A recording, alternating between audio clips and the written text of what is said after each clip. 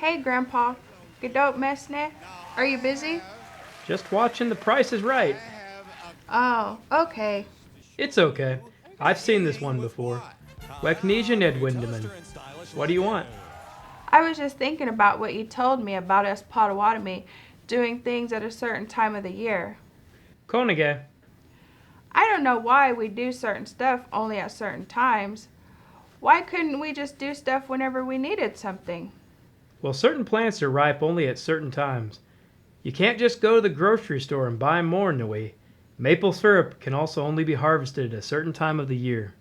Why is that, Misho? Well, in order to gather maple syrup, it has to stay real cold for a long time, then warm up real quick. We don't have those kind of conditions in Oklahoma. So we can't gather maple syrup here? Dang, I love maple syrup on my pancakes. Yeah, we have to go further north to see it in action. Let's go up north and visit a maple syrup making camp.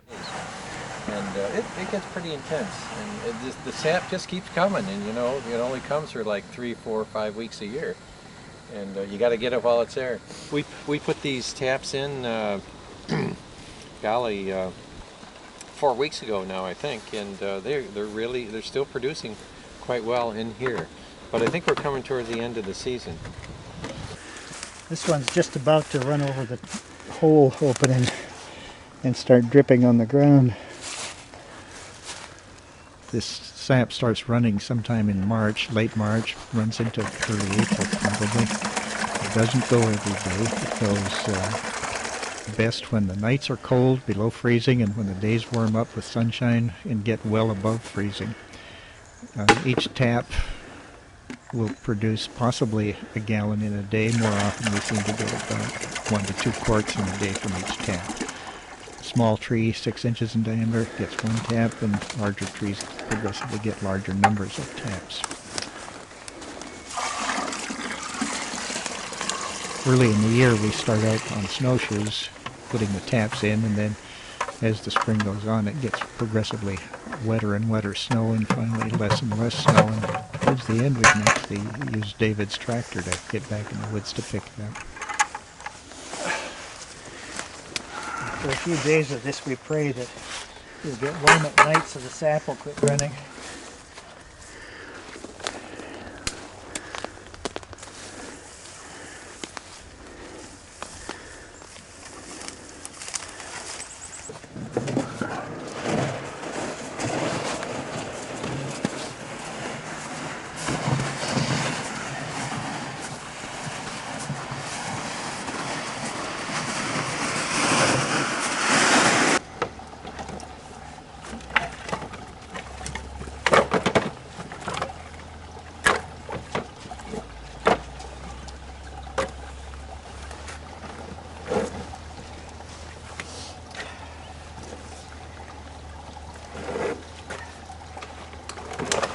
It's more efficient, I think, if we can do the cooking from take sap from 2 days and then do the cooking all in 1 day. Although we're limited somewhat by our cooker, it has a limited capacity, and if we do over 100 gallons of sap in a day, it takes us all day and half the night.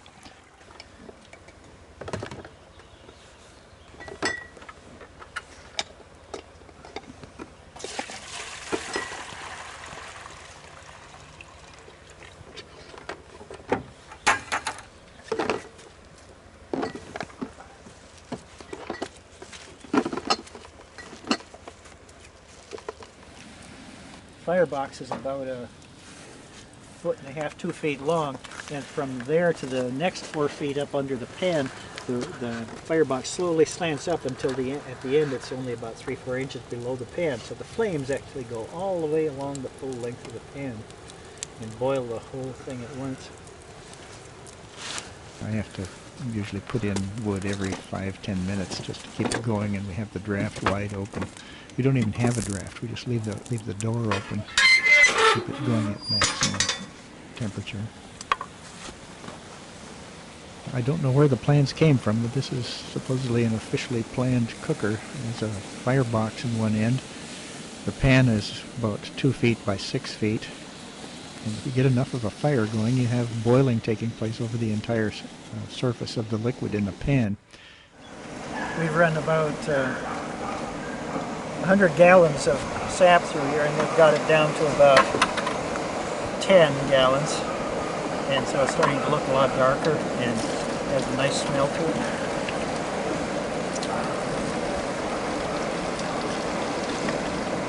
This is a kind of a final cook-off we're looking at right here, and the aroma, it's just wonderful. It's the reward for hours and hours of work. So the maple syrup is cooking down. Probably I've got another hour of boiling off excess water. Well, the interesting question is, when is this done? You know, it's steaming, it's heating, it's boiling. You can just tell visually when it's pretty darn close, when it starts to foam up. And then the next step, of course, will be to bottle it. This is the bottling process we got going here.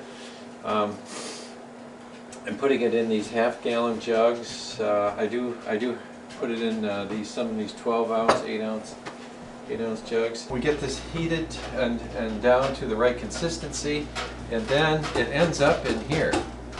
And all I have to do is take my jar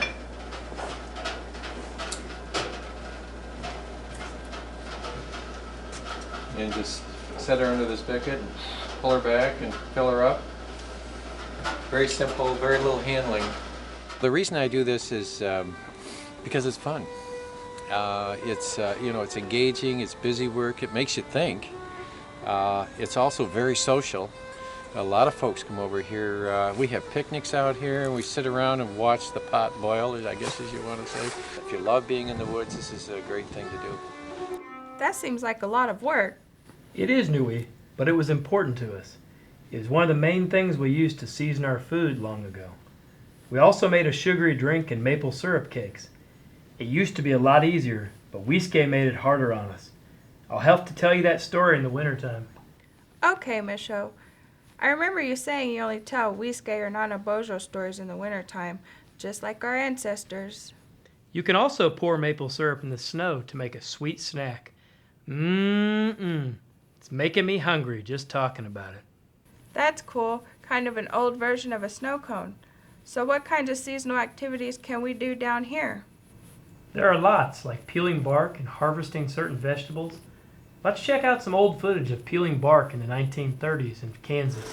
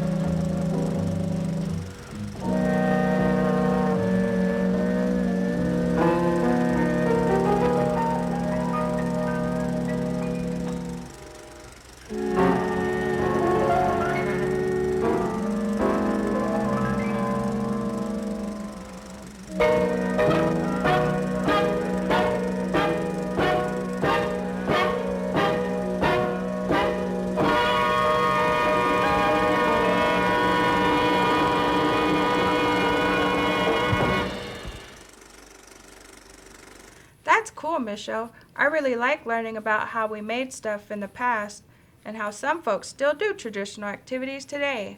No problem, Nui.